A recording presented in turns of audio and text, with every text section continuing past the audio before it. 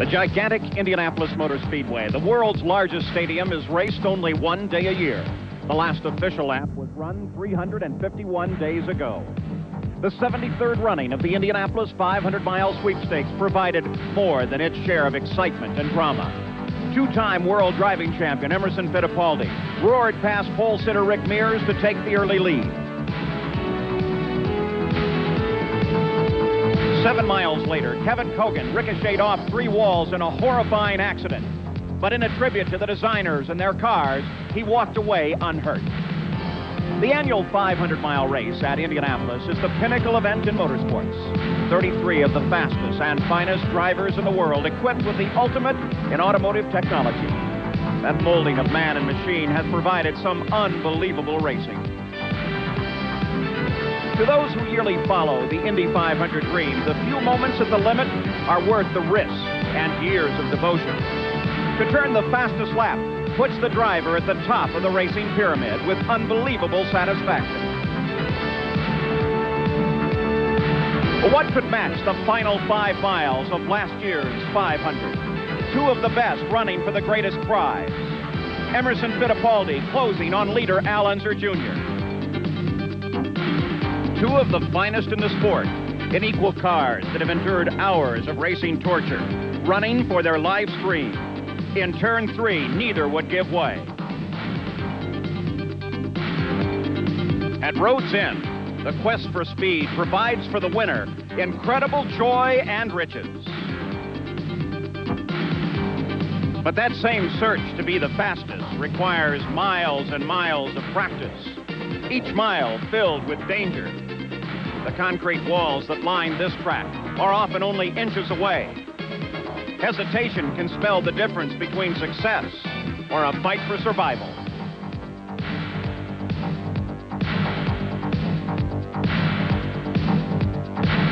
As the search for speed resumed with this week's practice, the 2 combatants were faced off once again.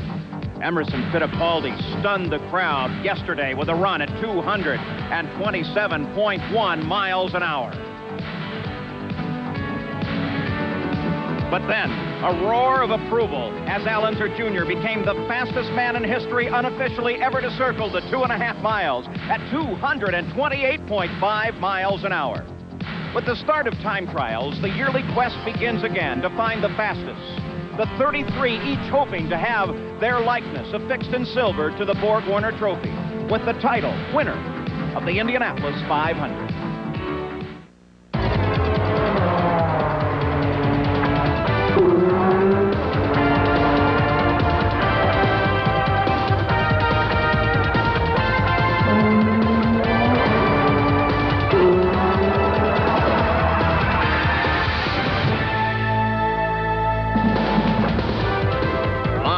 From the Indianapolis Motor Speedway, ABC Sports presents the first day of time trials for the 74th running of the Indianapolis 500, the run for the pole.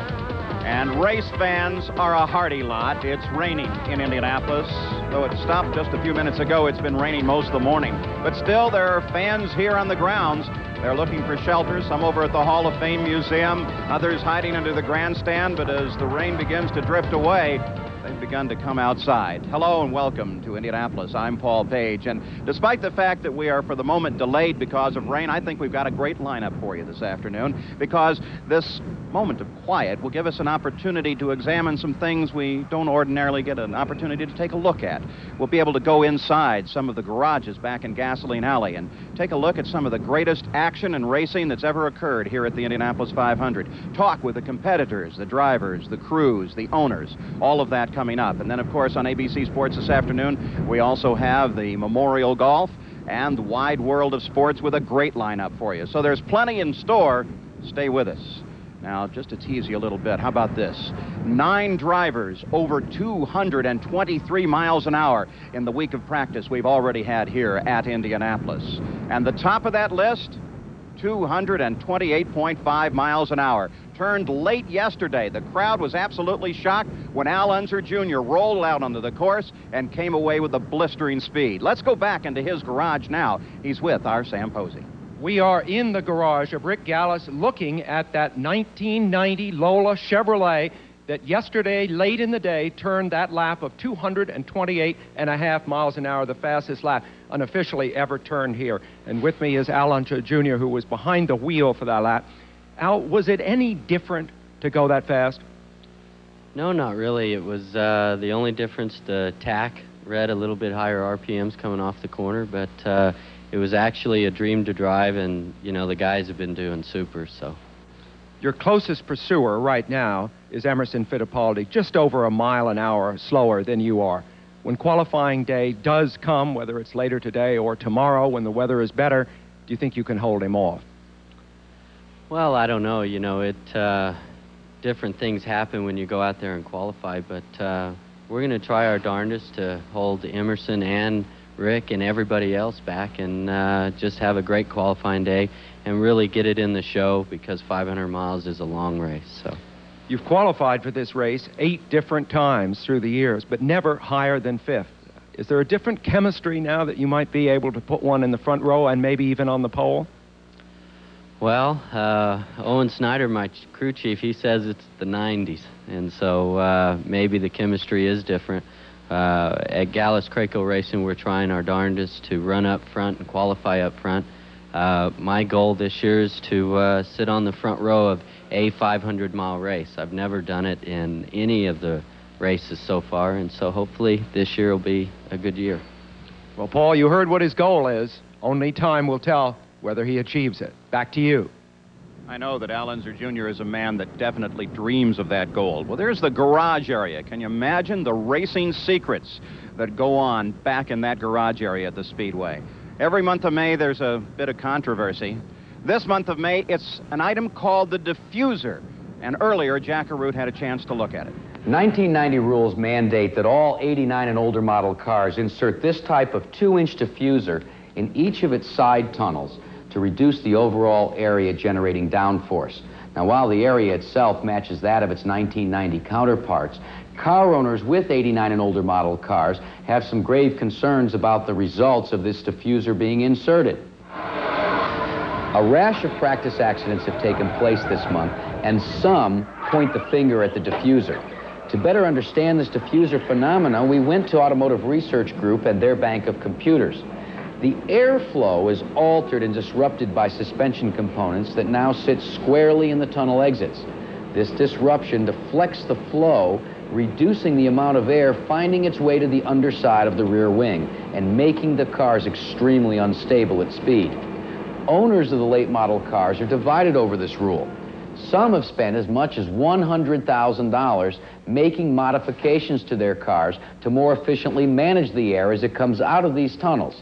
And those owners are reluctant to join others in asking for the rules rescinding. Well, now we can go live back into the garage area at the Speedway. Vince Granatelli's garage. There's Vince back in the background in his 2 fine race cars. And live with us is Jack Arute.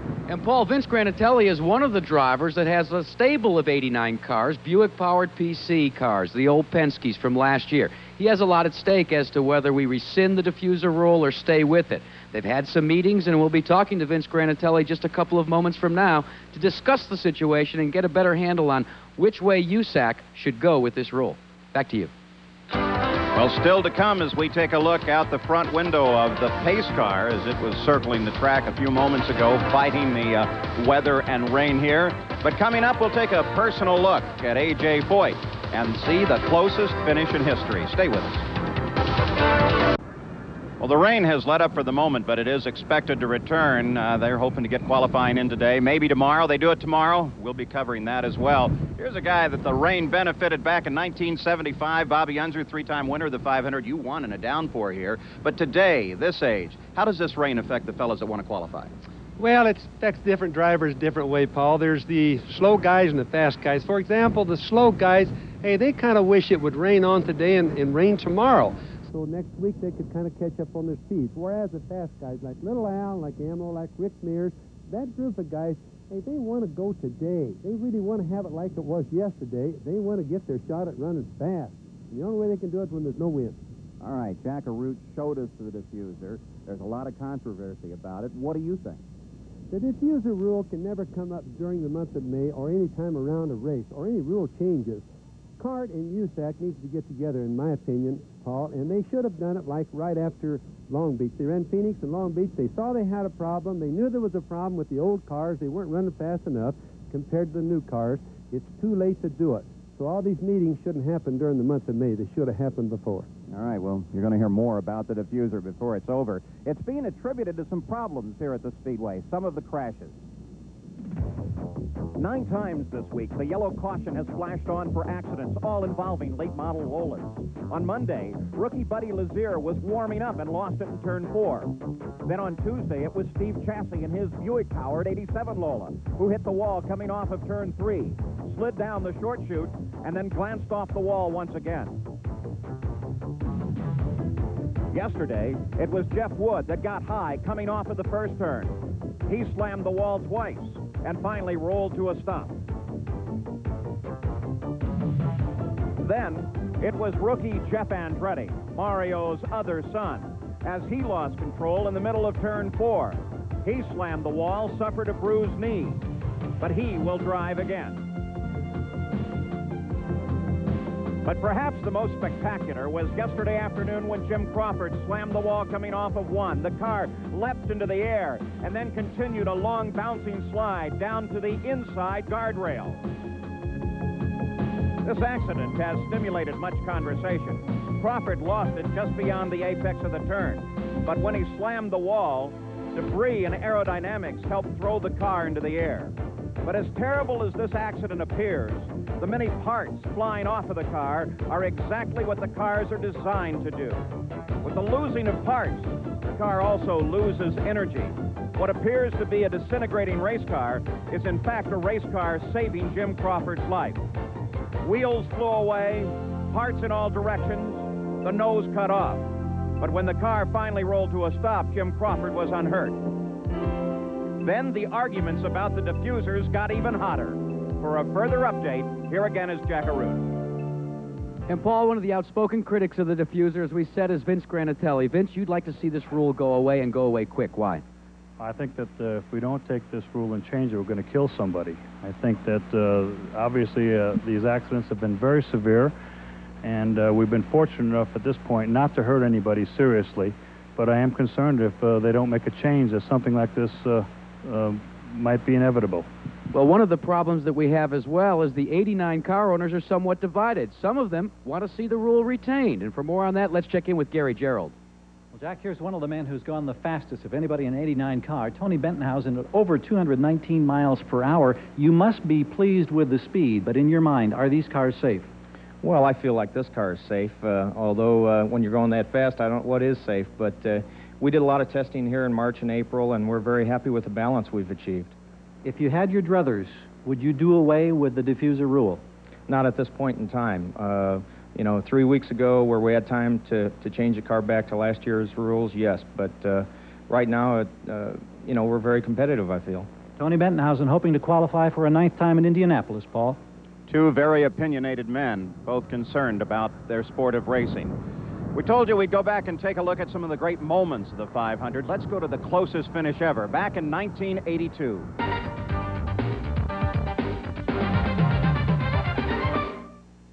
Sam, we've got a trophy dash to the finish line. If this stays this way, there's never been anything like it. The closest finish in the history of Indianapolis was in 1937, 2.16 seconds. There's Dina Mears. Her man is the man that's closing on the leader. Yep. Look at Mears pour it on, Jim. I know when you're this close, I mean, you can reach out, you can feel that guy ahead of you. And look at Mears now. Here's John Cox taking a fairly moderate line, and Mears is catching. Look at his speed off that turn. I've never seen anything like it. There they go. 2 laps to go. There's time to catch him if he can do it. Nick Mears, his wife. The stopwatch, 0.63 seconds between them. I don't have to tell you what's going to happen if he catches them. It's going to be, I mean, this is extremely dangerous business right here. I don't think I've ever seen an open wheel car race with people this close at the finish. No, and never so fast. I mean, these laps in the high 190. Look at this. Cena there. All right. He may do it. Yeah, he may. He's that close. Look at that shallow line. They're going to get the white flag. There'll be one left to go. As he moves along, trying for Johncock. Is he going to do it? The white flag out. This is the final lap. Going down into the first turn. What? No! Gordon held him off there going into that first turn. Over the roar of the engines, you can hear the 400,000 people going hoarse. All right. No one has ever seen this before in Indianapolis. This is the back straight, Jim. There's 2 turns to go now. Mears behind and again trying to slipstream him. Johncock did a good job of staying ahead of him in turn 1 when he made that move there. Good. That may was be brilliant. enough. That was brilliant. Not quite over. Johncock still with the lead. Here it comes Headed again. for the finish line. Here it He's comes still again. closing. That's his wife. It's too late now. You only got to pray. Look at that. Here you see them. Mears. Can he make a move at the finish? He's making a move. No. No. Not quite. Gordon Johncock has won the Indianapolis 500. He won it by less than a car length. Less than a car length after 500 miles. The disappointed wife of Rick Mears there. The jubilation in the pits, the Pat Patrick pits. Gordon Johncock has won it. He held on in the closest finish in the history of the Indianapolis 500. 66 races. Never anything like this. That's Roger Penske's wife, Kathy, consoling Dina Mears. Well, What could you say to somebody after I guess that? we did get carried away, Sam, but Well, somebody else might be able to help it. I could. yeah, Unbelievable. Jim, it's the victory of a great racing driver who made a great racing move. Let's look at that finish again. All right. Well, here is, It looks like he's beaten at this point, right? yes. Yeah. Coming out of the last turn. Yep, there's nothing but frustration there. Now watch this. Making the move as they come to the finish line. There's Mears moving up, and it was just a little over a car length, about 20 feet.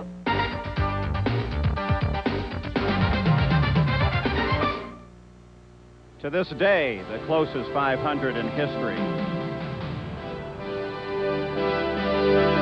Now,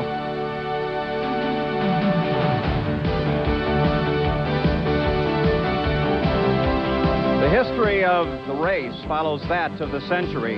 Louis Chevrolet in 1911 founded his company, and Louis Strang was awarded the pole at the Indianapolis 500 because his entry form was turned in first. We'll be back with more.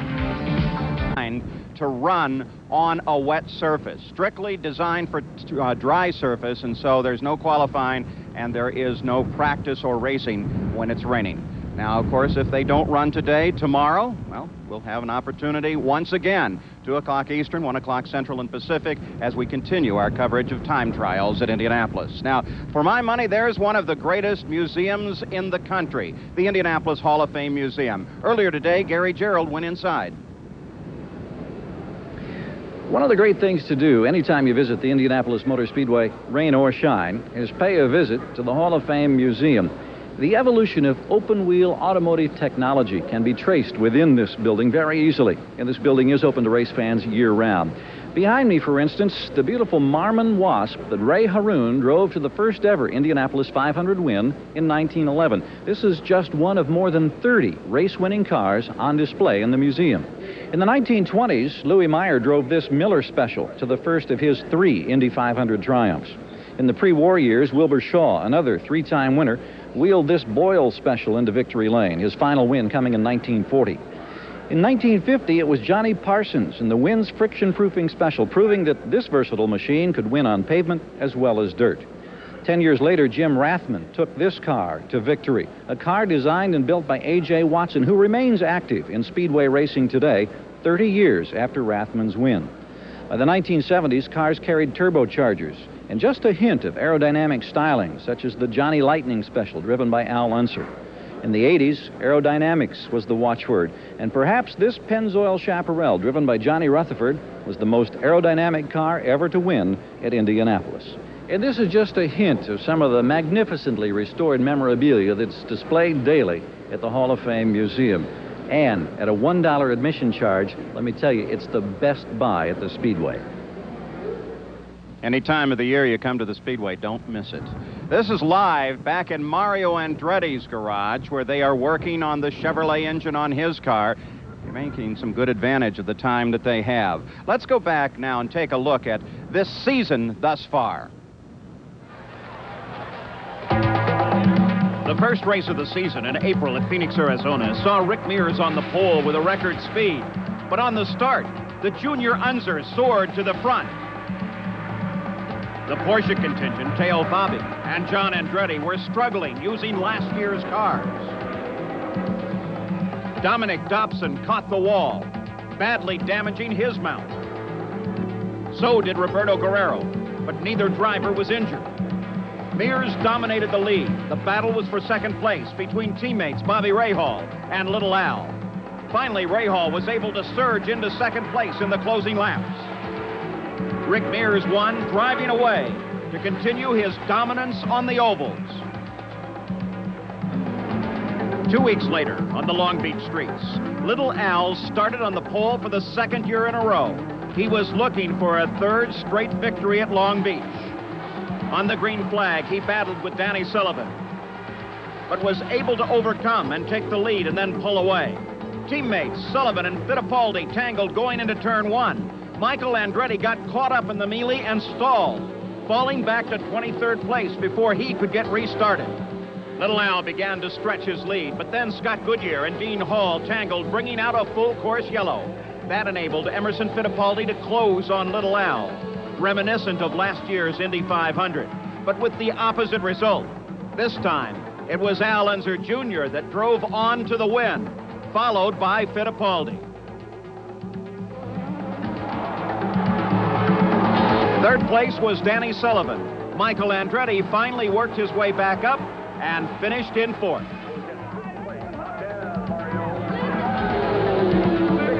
So in terms of wins, this year is a repeat of last year. We're live in A.J. Foyt's garage now. 1958, when he was here as a rookie, he qualified 143.1 miles an hour. That car yesterday practiced at 218.6 miles an hour. The Speedway, in cooperation with Valvoline, have a new clock to use this year, and we got to take a look at it.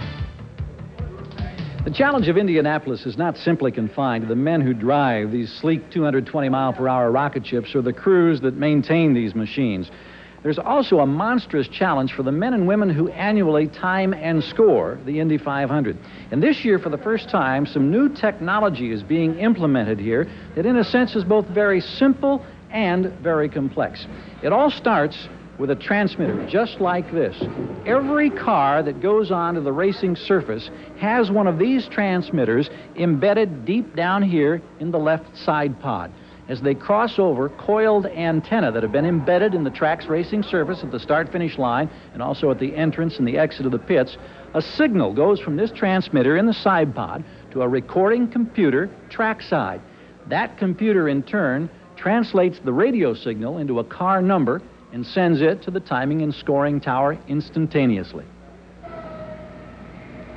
Once those signals are transmitted to the timing and scoring tower, it's first received here by this master timing computer. Now, this amazing piece of equipment sequences, analyzes numbers that are sent and received dozens of times a second. It then takes the information, transmits it over here to this device. Now, this is known as the scoring manager, and it immediately puts on a screen here a wealth of information.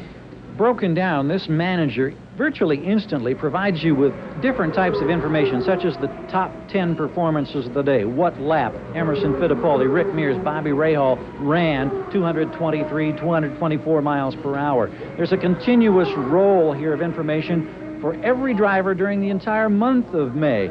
His top speed for the month, his top speed today, how many total laps he's run. And then, of course, over here, a continued reference to every car that's currently on the track, what speeds are being run. Now, on race day, there are backup systems, serial scores, manual scores. Altogether, USAC Timing and Scoring thinks that they now have virtually a fail-safe scoring system. But clearly, the technology implemented now for the first time in 1990 is simply astounding. Well, so far, that computer has been a lot of fun to watch. Back in the garage area, they work on R.A. Lyondike's machine.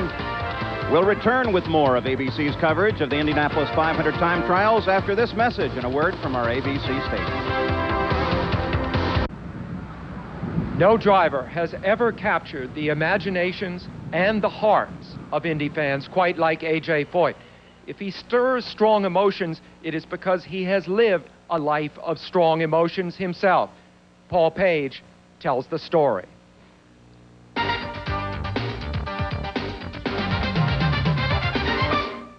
The 1911 winning car, Ray Haroon's number 32 Wasp.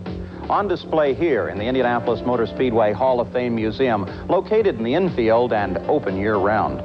There are 33 different winning cars here, representing 36 different victories.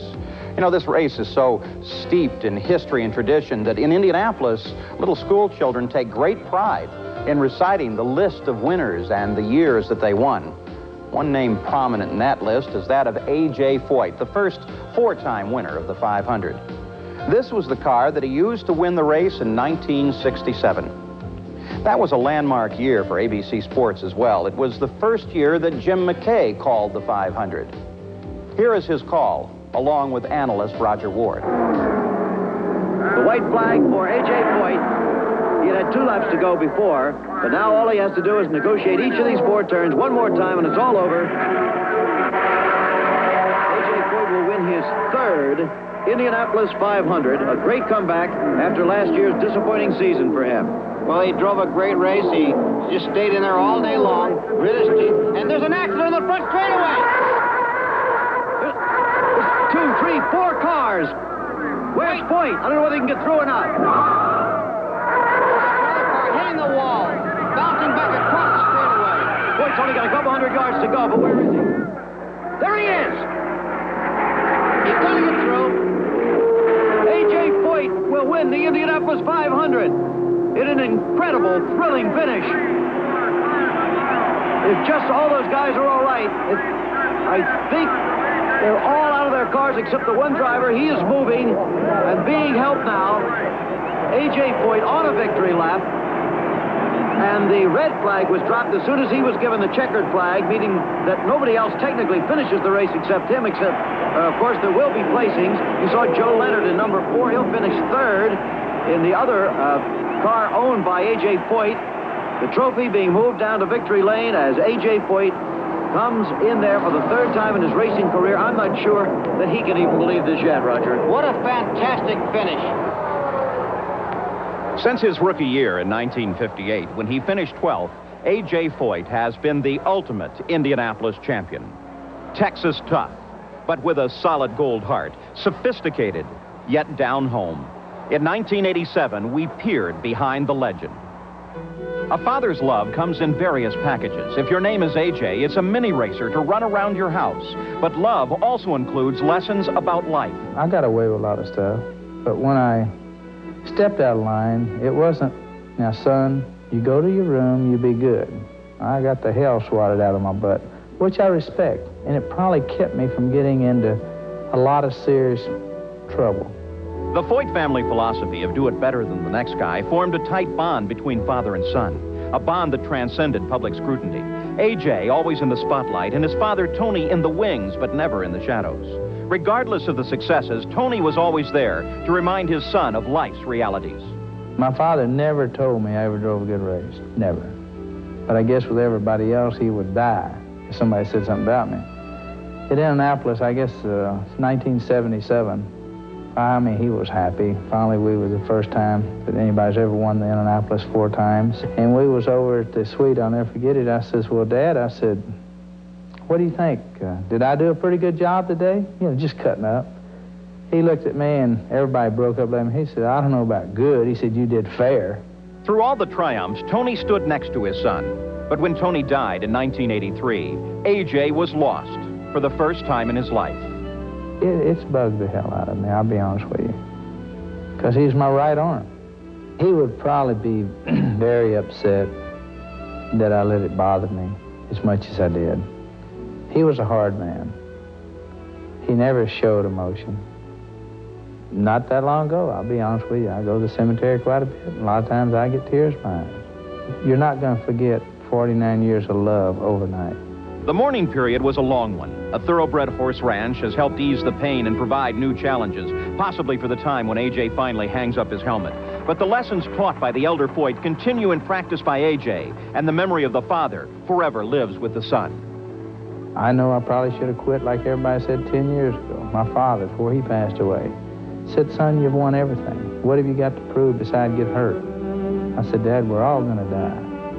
But I'd rather die doing something and having fun. And he's probably upstairs there now, raising hell. You know, there's no ifs and ands. I know the way he would feel. In '77, it had been 10 years since A.J. scored an Indy win. It was suggested that he quit, but A.J. had a higher goal. Jim McKay and Jackie Stewart were there. Standing by for the white flag. Well, I reckon he's pussyfooting that throttle pretty well, and there's the white flag by Pat Vidan being held out. I'll bet you anything he's driving with more economy than any Scotsman would economize with right now. I bet he's not giving it all that can give it right down that throttle of that great big turbocharged engine that he himself has put together. The man is a constructor, a designer. He seems to run the operation. He seems to be the mechanics. He seems to be everybody else right now. And look at Jim Gilmer and the rest of the team. They're even getting ready for it. And A.J.'s father to the left of the screen. Coming down towards turn 3, it's the final lap of the Indianapolis 500. A.J. Foyt is going to make motor racing history. The first man ever to win this great race 4 times. It started in 1911.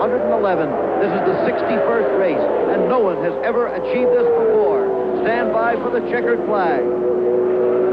The black and white checkered flag, and in the pits, the red and white checkered shirts of the Gilmore Foyt team. It's all over. A.J. has done it. He has won his 4th Indianapolis 500.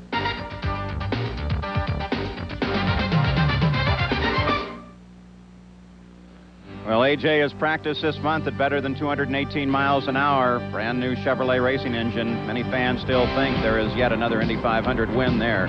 You can see the trucks are out drying the track right now in hopes that they may get some qualifying in, but it looks doubtful. Still, the run for the pole will occur perhaps tomorrow, and if it does, 2 o'clock Eastern is the time here on ABC Sports. We'll have the coverage for you, live from the Indianapolis Motor Speedway. Well, back in 1920, it was a time when prohibition became law. Beer, wine, and liquor was banned. Women gained the right to vote. And it was Ralph De Palma at the Indianapolis Motor Speedway that qualified at 99.15 miles an hour. We'll be back with more right after this. You're looking at a live shot of the flags on the back of the Tower Terrace grandstand at the Indianapolis Motor Speedway. Directly behind that grandstand, the garage area where the fans can get up nice and close. And of course, these fans remember, as do many of us, a great race that they ran in 1988. It was packed full of incidents. We look for the green flag now, as there it is. And the 1988 Indianapolis 500, the 72nd running is underway. Danny Sullivan moves to the outside and then dives into the lead in the first turn. Danny Sullivan leads coming across the short chute, followed by Rick Mears, Al Unser, and now Al is being challenged by his son for 3rd place. Mario Andretti drops to 4th. Danny Sullivan leads down the backstretch. Yellow flag is out as a car against the wall. Roberto Guerrero, and it looks to be Scotty Brayton. A 3rd car is there as well. On the first lap, exactly what is the most fearsome moment of the race, what we have feared, what everyone fears. The yellow flag is out. Less than a lap is complete, and the race is running under yellow. This car, number 6, Mario Andretti, they have displayed the black flag to him, and you can see the reason. He's spewing some vapor at the back of the car. That's oil, Paul. Anytime it comes out blue, that's definitely oil. We just can't tell right now whether it's the transmission or the engine. What a devastating blow. Pace car rolls into the pit area, and Ludwig Heimreich cracks the wall coming off of the 4th turn. Everybody follows up behind him. Will everyone miss him? That's the question. He continues to spin. Danny Sullivan right there and part of it. Ludwig Heimreich Jr., as they come back to the green flag, in trouble off of the 4th turn. What other problems will this accident have caused? We have a problem. There's a problem on the course. The 17 car, that's Johnny Rutherford, slaps into the wall, and another great champion's day is done. Yellow.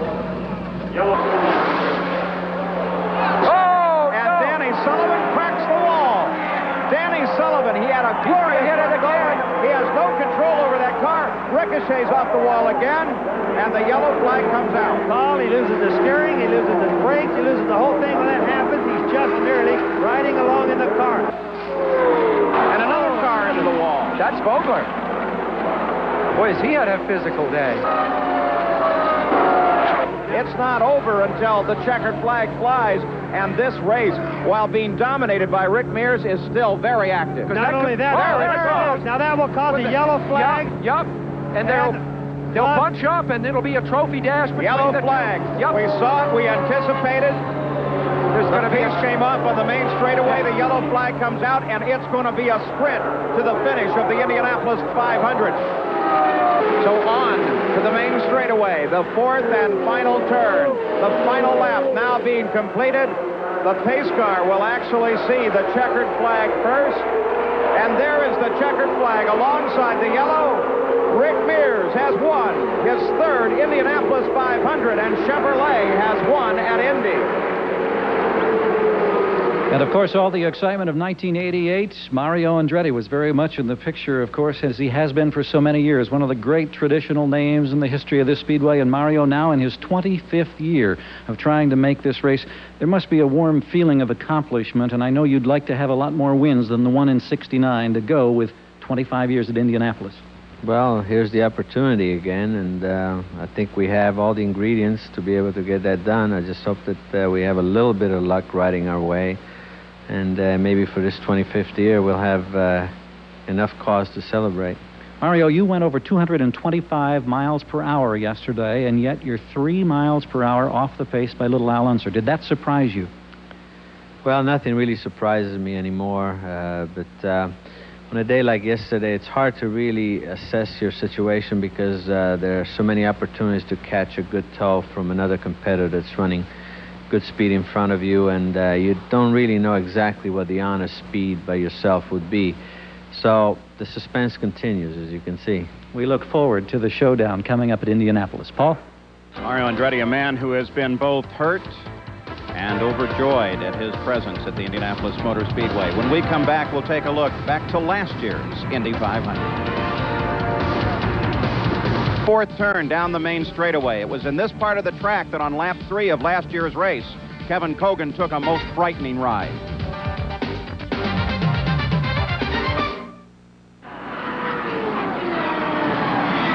We could be in for a very fast day here. Well, Mario continues to worry Al Unser Sr. in a battle for third place. The leader is still Emerson Fittipaldi. And now Mario comes to the inside. Can Mario get past? He does. Mario Andretti forces his way past Al Unser. Two great veterans, both with a great deal at stake here, taking up the battle early in the going. It doesn't surprise me a bit that Mario... And an accident, the 11 car, that's Kevin Cogan, up on its side in the pit area. A serious accident in the pit area, but look at Cogan. The car cut in half. The car in half, but Kevin Cogan climbs out. This accident occurring up at the head of the pit area. The crews are there, no fire. And once again, a tribute to the safety of these cars. Kevin Cogan climbs out of his broken and split machine. A tremendous impact against the wall coming off of 4. The yellow flag flies. There's debris on the main stretch. What a star-crossed man at this speedway is Kevin Cogan. We think back, of course, we look now at the end of the pit lane wall, which we believe he may have hit. That's why the car was broken in half, much as Dennis Firestone's was years before. Here he is. You can see the scrapes on the side of his helmet as the car slid sideways. Kevin Cogan being tended to by the medical experts here. There is the car, the engine disconnected as they watch and protect for fire. That's actually up in the north end of the pits. Now here is the situation. Let's just watch. Coming off of the fourth turn. Cogan taps the outside wall, the inside wall, and then the end of the pit wall. Now there is an attenuated barrier right there at the end of the pit wall. There is also an ABC Sports camera right at the end of that pit wall. The field now very, very slow behind the pace car. Here is that camera at the end of the pit wall. You see Cogan sliding He comes down. Now watch. Kevin Kogan impacts the end of that attenuated barrier, which absorbed a great deal of the energy in that impact.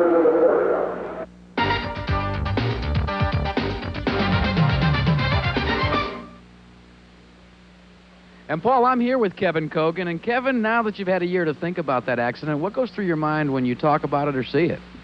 Well, I try not to think about it. You know, it's something that was pretty horrific, and I haven't ever seen it, you know, so I just don't like to watch crashes, especially my own. Not a full-time ride this year for Kevin Kogan, but a ride in a Buick here for the Vince Granatelli team. What do you look for when you don't have a full-time ride at Indy? Do you have to push the button a little bit harder? Not really. I have a full-time ride in the IMSA series with Jim Busby's team, but it is, you know, this is a different place. However, once you come here, it's kind of like riding a bicycle. You get back on, it feels okay. The trouble we're having is balancing the cars with this stupid diffuser thing that we're all going through, and it's really more a factor of safety, and it's kind of worrying us all in that respect. Well, there's no sun here this afternoon, but of course Kevin's from California, and if you take a look, his crew has hung a license tag on the back of his car. Paul? You can bet Kevin Kogan will indeed go for it. Now, we've mentioned there have been a number of incidents at the track this month. Two of them have involved Johnny Rutherford. First earlier in the week, and then on Wednesday, he really got up against the wall. Running into turn 3, lost the back end of the car. It slammed the wall backwards. He got airborne for a bit, and it really battered JR around in the cockpit. Had a lot of us worried for a few moments. The car, of course, it just totally damaged. And after this crash, John was taken to the hospital. At first, they worried about a concussion, possible knee injury. They kept him overnight at Methodist Hospital here in Indianapolis. If we take a look at the accident one more time, looks like the back end just washed out going into the corner, and he got up into the wall. Now, when this was over, there were many people that said maybe it is time for Johnny Rutherford to finally hang up his helmet. One of his close friends, Bob Collins, local sports editor, dedicated this column to Johnny and then asked that he not be angry that he suggested it. Well, Johnny is still thinking about his racing. Let's go to Gary Gerald live. Well, Paul, here is Johnny Rutherford, and I know you're somewhat sore. You had an appointment with Dr. Bach, I understand, this morning. Have you been cleared to drive a race car, John? Yes, I have been cleared. Everything is, you know, on go, so it's just a matter of waiting this weather out. Do you want to drive a race car? Yes, I do, very much. Still do. I wish we had a new car so we could go out and have a little better outcome, I hope. But we have an 88 model, and we're looking at talking to other people about the possibility of using a backup machine, one of the new cars. So it's just a matter of waiting this out and finding out where we're going to fit. Bob, John, your reaction to the Collins column yesterday in the Indianapolis newspaper, it said it was time for an old friend to retire. How did you react to that? Well, Bob and I have been friends for a long, long time, and I have told Bob for years that he should quit drinking, and it's telling its toll on him right now. So I love the man dearly. He's a dear friend, and it's just his personal feeling, and I'm gratified that he feels that way. But I'm not going to quit. Paul Page, here's a Texan who still wants to go racing.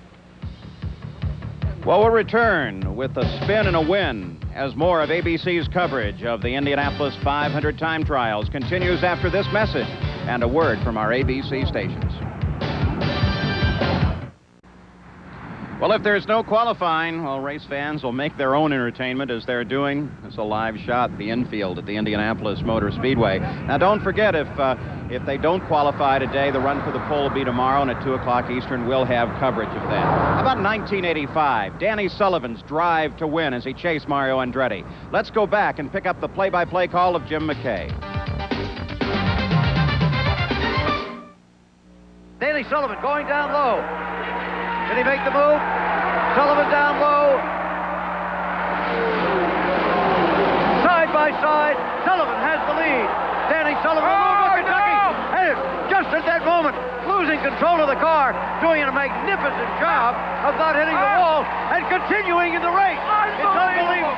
The incredible move maybe ever in Indianapolis, and Mario didn't hit him. Jim. That's even more incredible. Andretti subtly moving to the side like a fighter, taking a punch but letting it slip by him. Sullivan at 200 miles an hour recovering from that spin. You have to go back to Jim Clark in 1964-5, Jim, to get a move like that on this racetrack. I've never seen anything like it on the Indianapolis racetrack. Incredible. Unbelievable, but he's going to come in. That may have caused problems in the car. That is absolutely unbelievable what we saw. Of course, he must now stop because he's flat-spotted those tires. He's coming down that very rough pit lane there, which keeps the speeds down. Listen to the cheers for him. Oh, it's incredible. This place has come alive, and of course, Andretti is in the pits too, both the leaders.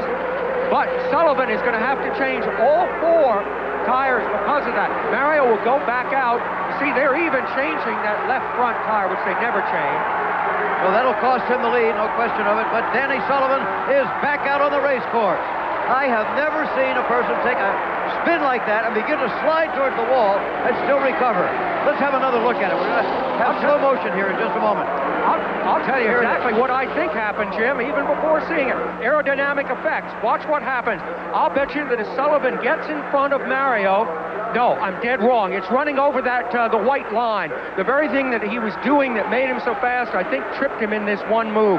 Yeah, Mario's too far back, I think, to have had a rear guard aerodynamic effect. But all right, now, Andretti, faced with the moment of his driving life, he can't see where he's going, fades slightly to the left by a miracle. Sullivan stays wide enough to the right, hits nothing, and we may have seen the most dramatic moment of racing, certainly that we're going to see this year. Incredible.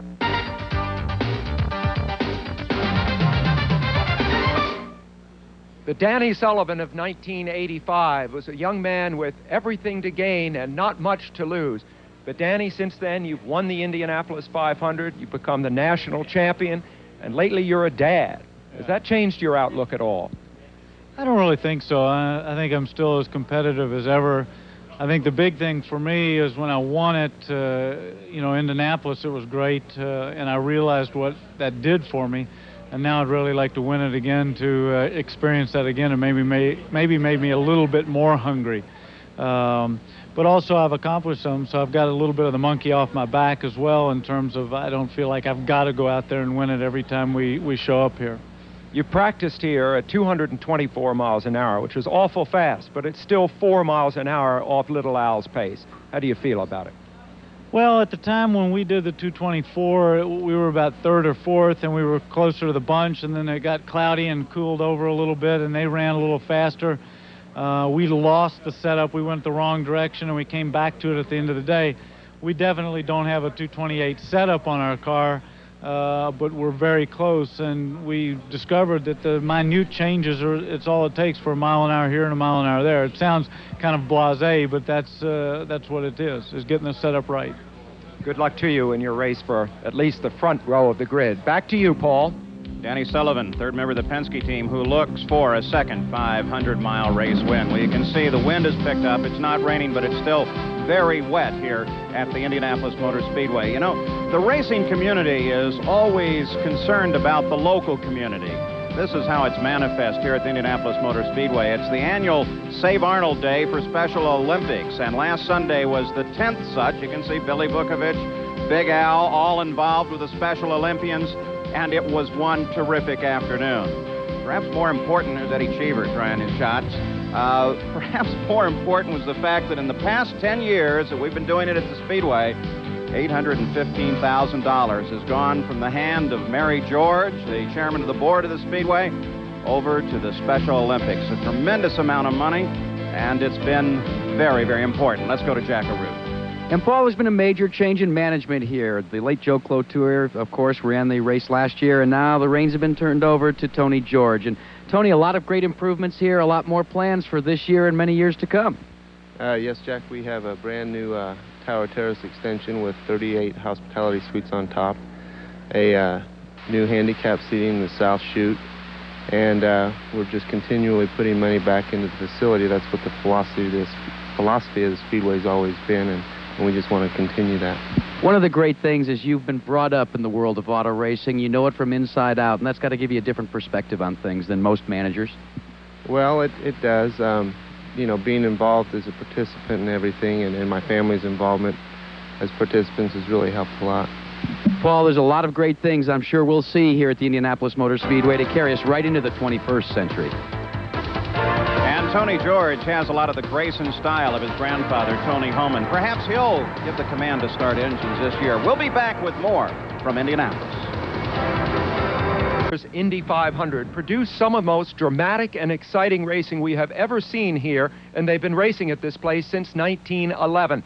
For most of the race, Emerson Fittipaldi seemed to have the race won. He led 3/4 of the laps, but a caution period just 13 laps from the end bunched the field up and allowed little Al Unser to take a run at him. That's where we picked the action up.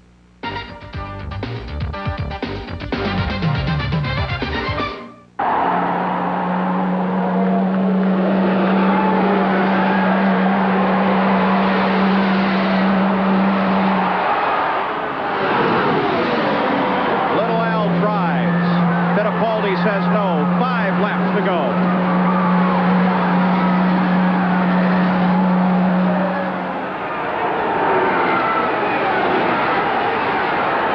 The backstretch. Another try. Can Al Unser Jr. get it done this time? It's a drag race going into 3, and Little Al has the lead. Al Unser Jr. picks up the lead. The question now is fuel. Hit the yellow. Help Little Al enough.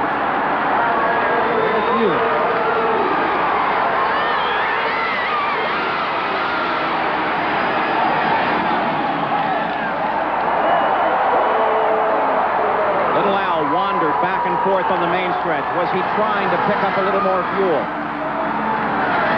That tank is right down to the bottom now with 4 laps to go. He's trying to break the slipstream that Emil's trying to use to keep up, Paul.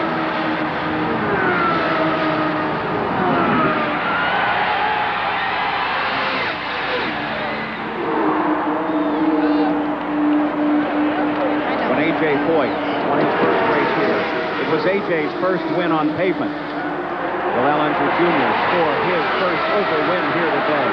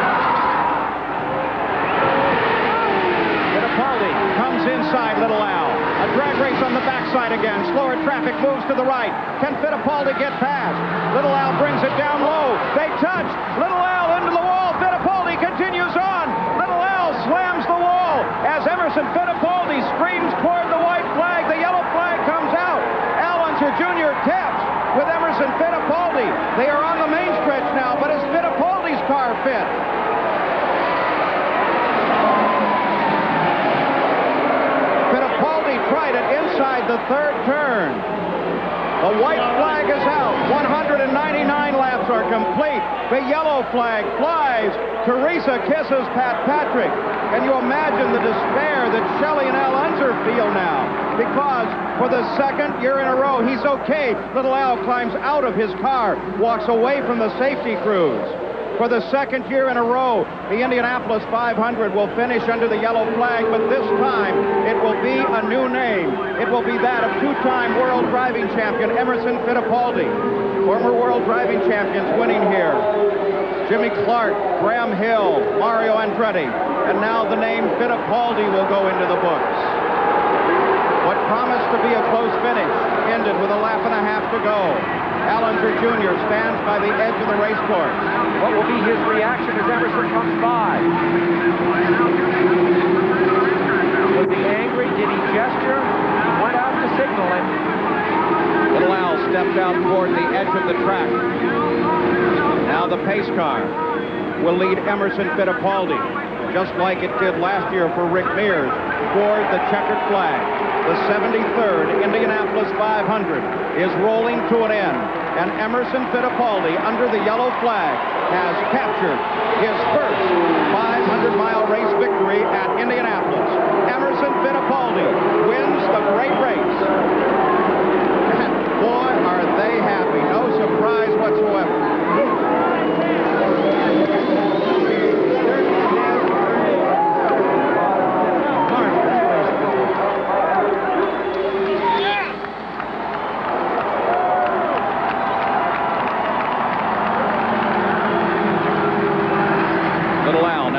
Into the ambulance, but it was obvious he was not hurt in the crash, despite a very hard impact with the wall. The Patrick Racing Team begins now their celebration, and Emerson Fittipaldi waves to the crowd on the backstretch for the first time as the winner of an Indianapolis 500-mile race. Look at him. Oh, he's really happy, Paul. We didn't get the chance to see exactly what happened. That in-car cam really showed the jolt that Little Al got going in the turn. Here we go, Bobby Unser, on the backstretch as Little Al and Emo race closely together.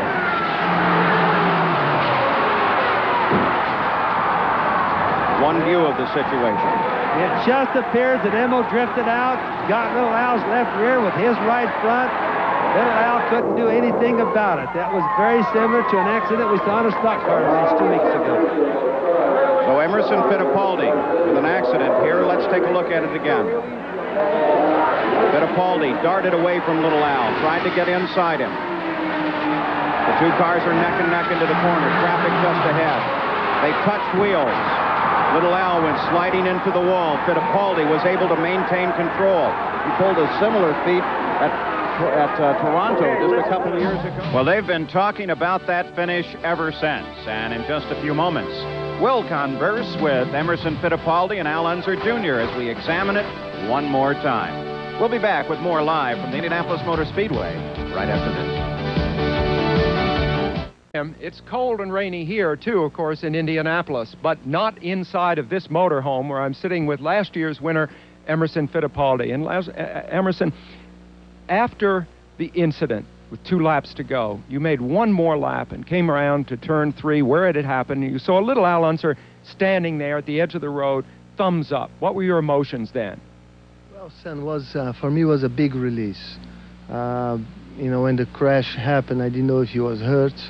I think that would spoil the whole victory, that would spoil the whole event. And when I saw him standing there, I even didn't want to know what sign he was giving to me, if he was upset, if he was happy, if he was thumbs up, but he was standing there walking. I think that was a big release for me, and he was very sportsmanship and giving the thumbs up sign.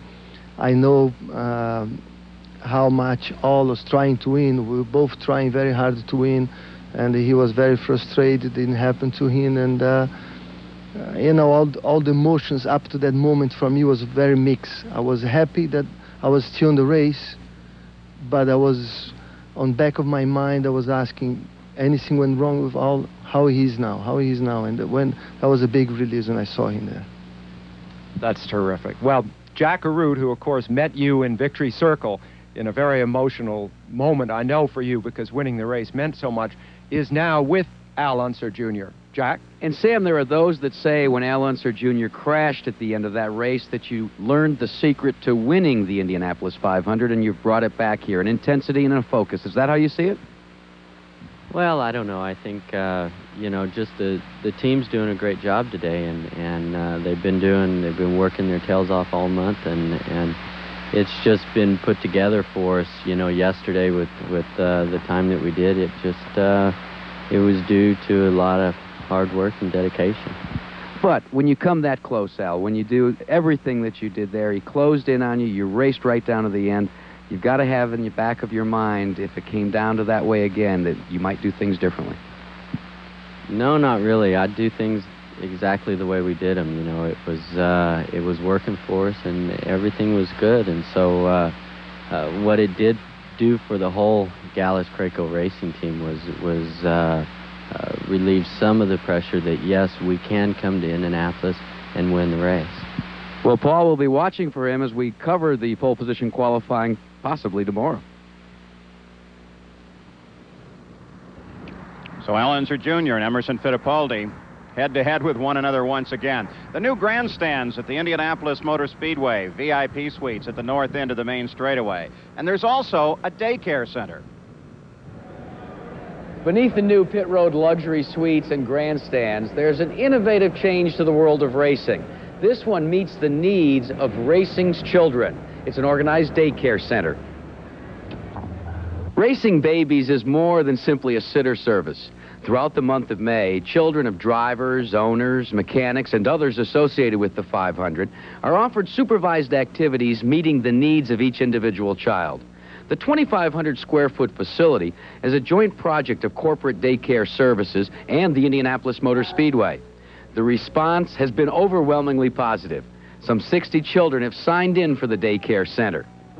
While their moms and dads may be outside taking care of business as it relates to racing, they can rest assured that their family is close by and well cared for. Racing is definitely a family. Well, they're trying to dry the track here at the Indianapolis Motor Speedway. Back in 1930, well, the fight for the pole position and history. There's Bobby Jones. He won the Grand Slam and then announced his retirement. And at 113.2 miles an hour, Billy Arnold sat on the pole for the great Indianapolis 500. We'll be right back. We're back live at the Indianapolis Motor Speedway. I'm Paul Page. Last night they drew for the lineup for qualifications, and this is how they drew. The number on the left is the number out that the car will be. The second number in yellow, well, that's the number of the car, or in the case of the use of the letter T, the backup car. Look at that. Talk about luck. Car number 1, Emerson Fittipaldi. Roger Penske drew for him, and he will be first out whenever they roll out later today or tomorrow, if that's the way it turns out. These are the top cars ready to roll out whenever we are ready to go qualifying at the Indianapolis Motor Speedway. Don't forget, we will have coverage tomorrow of the run for the pole, if that's the way it's to be. ABC Sports live coverage of time trials will continue at 2 o'clock Eastern, 1 o'clock Central and Pacific. At the Indianapolis Motor Speedway, they still try and dry the track, hoping to get some qualifications in today. And in the garage area, they wait and they hope there as well. We'll be back with more tomorrow from the Indianapolis Motor Speedway. I'm Paul Page. So long.